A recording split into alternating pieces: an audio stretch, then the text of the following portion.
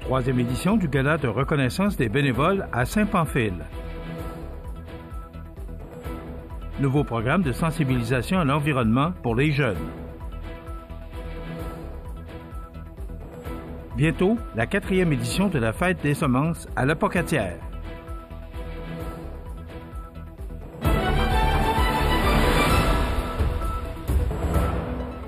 Lundi 13 janvier 2025. Bonjour, mesdames et messieurs, et bienvenue à votre bulletin régional sur le réseau de télévision CEMA TV. En décembre dernier, plus de 90 bénévoles se sont réunis au restaurant du club de golf Saint-Pamphile pour la 3e édition du Gala reconnaissance des bénévoles. Cet événement annuel célèbre l'engagement et le dévouement des individus qui contribuent activement à la communauté de la municipalité et a été l'occasion de remercier et d'honorer ceux qui font une différence au quotidien. Ce sont plus de 13 comités qui étaient représentés lors de cette soirée, mettant en lumière les nombreuses initiatives portées par les bénévoles dans divers secteurs. 9 bénévoles ont été proposés par leurs organisations respectives en tant que candidats ou candidates pour le titre honorifique de bénévole de l'année. Le moment le plus important de la soirée était, bien sûr, l'annonce du titre de bénévole de l'année qui a été décerné à M. Christian Daigle, bénévole qui œuvre auprès de la Maison de la Famille. Animation par le duo Robichaud et Thibodeau et plusieurs prix de présence ont enrichi la soirée de cette soirée de reconnaissance. La 3e édition du Gala de reconnaissance des bénévoles fut, encore une fois, couronnée de véritables succès, célébrant l'impact des bénévoles dans notre société. La municipalité et le comité organisateur tenaient, par ce gala reconnaissance, à remercier tous les bénévoles pour leur contribution inestimable et leur engagement continu pour bâtir une communauté plus forte et plus solidaire. Desjardins et ses partenaires dévoilaient récemment les écoles retenues dans le cadre du programme Éducation éco-citoyenne Montmagny-Lillet. Et cette initiative, dont le premier appel de projet s'est conclu le 30 septembre dernier, vise à sensibiliser les jeunes quant à l'environnement et ainsi leur permettre de développer des compétences concrètes en matière de développement durable. Dans les prochains mois, 2 premières écoles de la MRC de Montmagny bénéficieront du programme Éducation éco-citoyenne Montmagny-Lillet, dont l'école des Tilleuls de Saint-Pierre-de-la-Rivière-du-Sud, avec un projet de serre, et l'école La Colline de Saint-Paul-de-Montminy, avec la mise en place de bacs agroalimentaires. Du côté de la MRC de Lillet, ce sont 3 écoles qui seront soutenues par le programme Éducation éco-citoyenne Montmagny-Lillet, dont l'école Orée-des-Bois de Sainte-Louise, qui aménagera une classe verte, de même que l'école de la Marée montante de Saint-Roch-des-Aunais et l'école Saint-Joseph de Saint-Pamphile, qui construiront respectivement une serre. Ces projets conçus pour répondre aux besoins et réalités de chacun des milieux scolaires sélectionnés permettront non seulement d'encourager l'autonomie et l'esprit d'initiative des jeunes, mais également de favoriser des périodes d'apprentissage à l'extérieur grâce à des ateliers et animations. La mise en œuvre de ce programme s'inscrit dans une vision éducative qui dépasse les murs de la salle de classe, car en intégrant des projets concrets comme des serres, des classes vertes, des ateliers ou des bacs agroalimentaires, les élèves développeront des outils afin de faire face aux enjeux environnementaux et seront ainsi en mesure d'agir dès aujourd'hui pour un avenir plus durable. C'est avec une immense fierté que nous voyons nos écoles s'impliquer activement dans l'éducation éco-citoyenne. Leur engagement à sensibiliser et à responsabiliser les jeunes sur les enjeux environnementaux est un pas crucial vers un avenir durable. Grâce à ces initiatives, nos élèves deviennent des acteurs du changement, prêts à protéger notre environnement. Merci à toutes les écoles et à leurs équipes pour leur dévouement et leur passion, de mentionner Pascal Paradis, directrice des communications pour les caisses Desjardins des MRC de Montmagny-Lillet et de l'Anse de la Pocatière. Rappelons que le programme Éducation éco-citoyenne Montmagny-Lillet est le fruit d'une précieuse collaboration entre Desjardins, partenaire principal du projet, le Fonds Jeunesse Environnement Innovation, la Fondation Richelieu-Montmagny, le semoir L'Arbre Évolution, ainsi que les MRC de Montmagny et de Lillet. Par leur engagement envers l'éducation et l'environnement, Desjardins et ses partenaires souhaitent contribuer activement à la formation de citoyens responsables et engagés. Bientôt, la 4e édition de la Fête des semences à la Pocatière. On vous donne tous les détails après la pause. C'est à travers le respect et le besoin de faire plus pour les familles en deuil et l'expérience qui s'est transmise de père en fils que la Maison funéraire Laurent Normand a su au fil du temps se bâtir une réputation de confiance. La Maison funéraire Laurent Normand à Montmagny. Laissez-nous vous accompagner. Animalerie Montmagny, on aime vos félins, parfois taquins. Oui, vos chiens, même les coquins. Vos oiseaux qui chantent en duo, c'est pour l'amour des animaux. Animalerie Montmagny, pour l'amour des animaux. En 1833, un jeune de 20 ans eut une idée. Une petite idée qui allait devenir un grand projet. Aujourd'hui, le rêve d'Ozanam est devenu réalité. Au Québec, depuis 1848, la Société de Saint-Vincent-de-Paul est là pour aider lors des pires catastrophes. Et c'est au quotidien qu'elle fait toute la différence, en donnant nourriture, meubles et vêtements à ceux qui en ont vraiment besoin. Depuis 165 ans.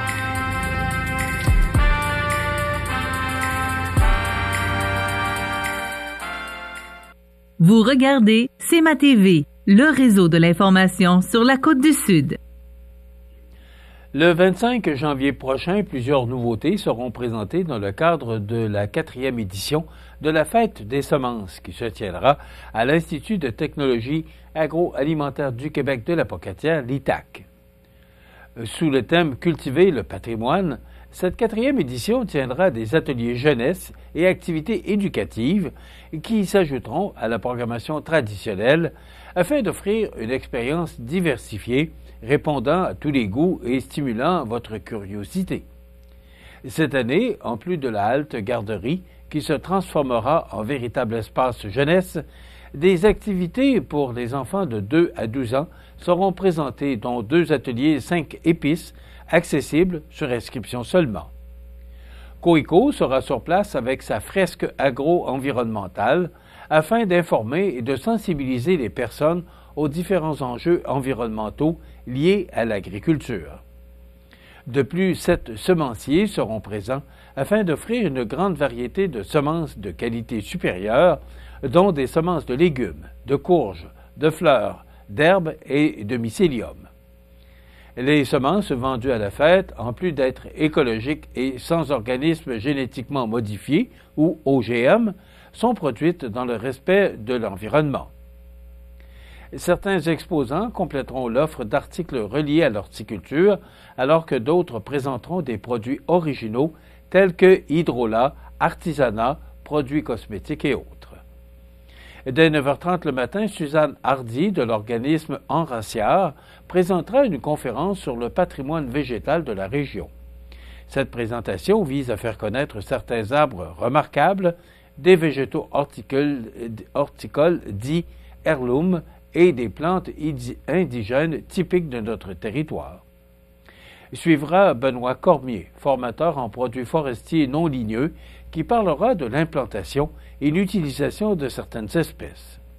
En après-midi, un panel portant sur le patrimoine agricole local sera composé de Roland Boisvert, créateur du raisin Roland, Michel Auger, expert en recherche agricole sur l'adaptation et la rusticité des plantes, et enfin le Musée québécois de l'agriculture et de l'alimentation viendra partager ses recherches sur le melon Oka. Les visiteurs de la 4e édition de la Fête des semences pourront manger sur place grâce à l'aménagement d'un coin repas qui offrira un menu composé de produits locaux avec option VG. C'est donc le 25 janvier prochain, de 9h à 16h, que se tiendra la seule fête des semences au Kamouraska, qui accueille annuellement plus de 1000 visiteurs lors de cette édition. Les sports, présentés par Groupe Corriveau, entrepreneurs électriciens et plomberie, un appel, 4 services. Groupe Corriveau à Montmagny, 418-248-8992, votre solution. Vous avez des projets de construction ou de rénovation? Pensez Groupe Corriveau, entrepreneurs électriciens et plomberie. Un appel, 4 services, 418-248-8992, Groupe Corriveau à Montmagny ou groupecorriveau.com. La solution pour du travail bien fait.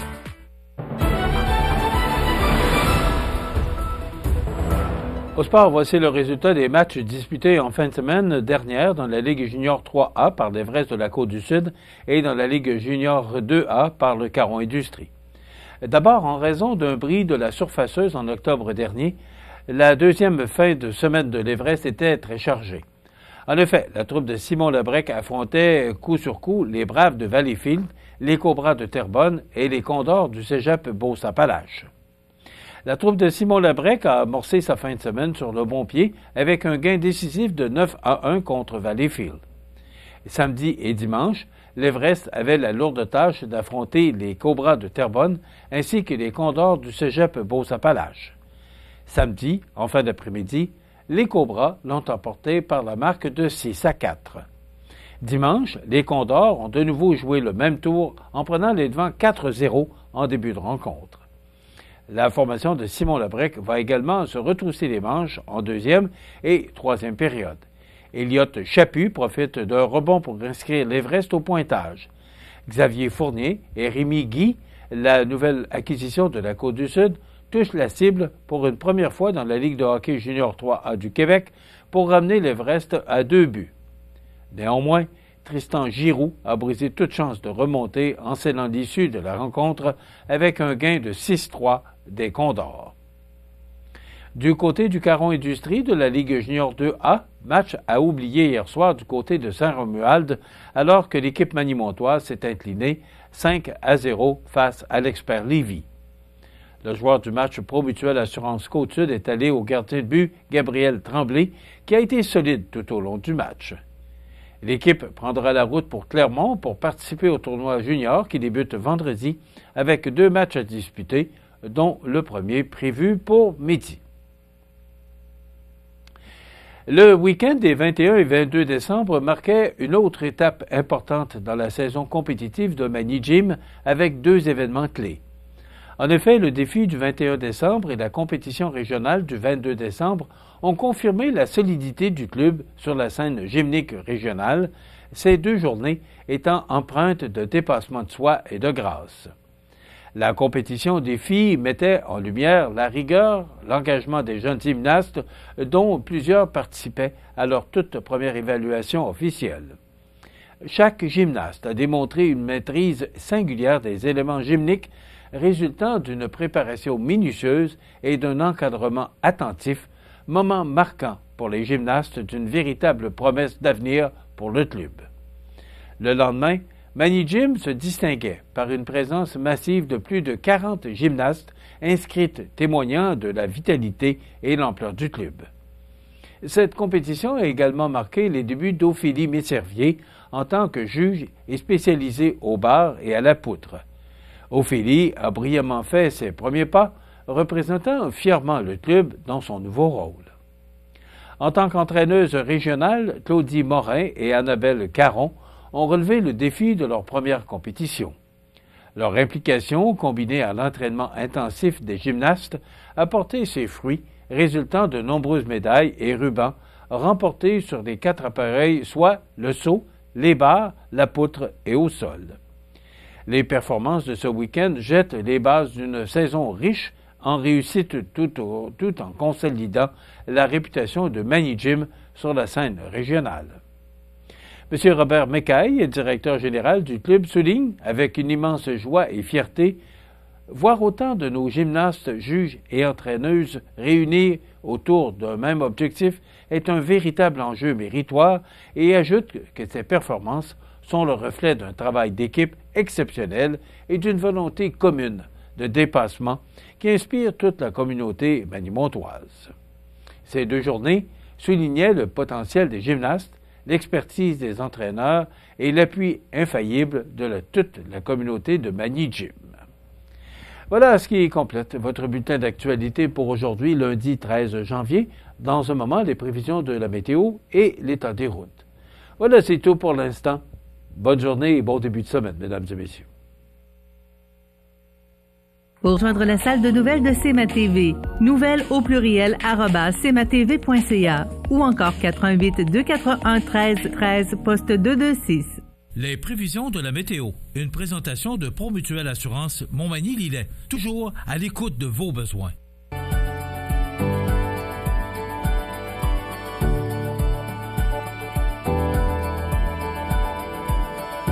Êtes-vous Promutuelle Assurance? 88 248 7940. La la la la la la la.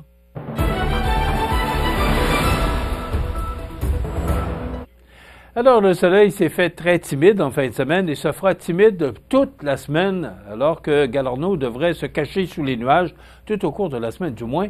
Ce sont nos météorologues qui nous prédisent que le soleil devrait revenir que seulement dimanche prochain. Mais pour l'instant, si on regarde l'image satellite, ben voilà, on la voit, cette masse nuageuse actuellement, là, dans le ciel sud-côtois. Et les précipitations se font également timides, un petit peu, quelques centimètres, mais si peu. C'est ce qu'on nous prévoit. Je ne sais pas si vous avez remarqué, mais hier, je marchais et je remarquais que pas beaucoup de neige dans la région. Les déneigeuses sont très tranquilles ces temps-ci. Alors, en résumé, ça nous donne pour aujourd'hui, lundi, du temps généralement nuageux, 40% de probabilité d'averse de neige, des vents jusqu'à 15 km/h avec un maximum de moins 5. Avec le vent, on pourrait ressentir moins 16 ce matin et moins 8 en après-midi. Ce soir, la nuit prochaine, neige intermittente, accumulation de 2 cm, vent jusqu'à 15 km/h avec un minimum de moins 7. Demain mardi, neige intermittente, accumulation de 2 cm, vent jusqu'à 15 km/h avec un maximum de moins 5.